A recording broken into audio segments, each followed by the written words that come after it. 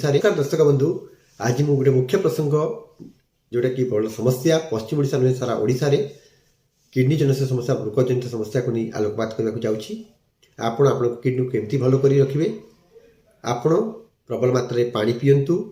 Dehydration होची dehydration को prevent करंतु। जदि झाड़ा बांती होची ओआरएस ठीक मात्रा पियंतु पानी जलीय द्रव्य ठीक हिसाब से नियंतु।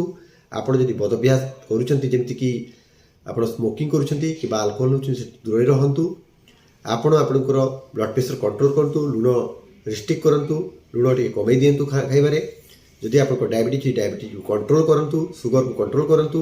ता संगे संगे जदि आपण एक्सरसाइज को आपण वजन जदि बेसी अछि आपण वजन कमे दियंतु एवं आपण एक्सरसाइज रेगुलरली करंतु।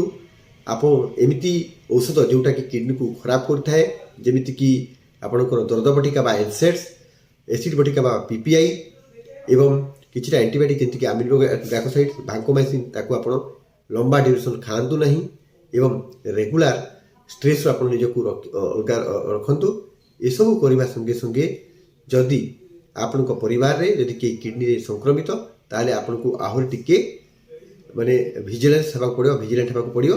ये सब कले आपण आपणकर किडनी को ठीक रखिपारे एवं गोटे सुस्थ जीवन यापन करें। जय हिंद जय भारत।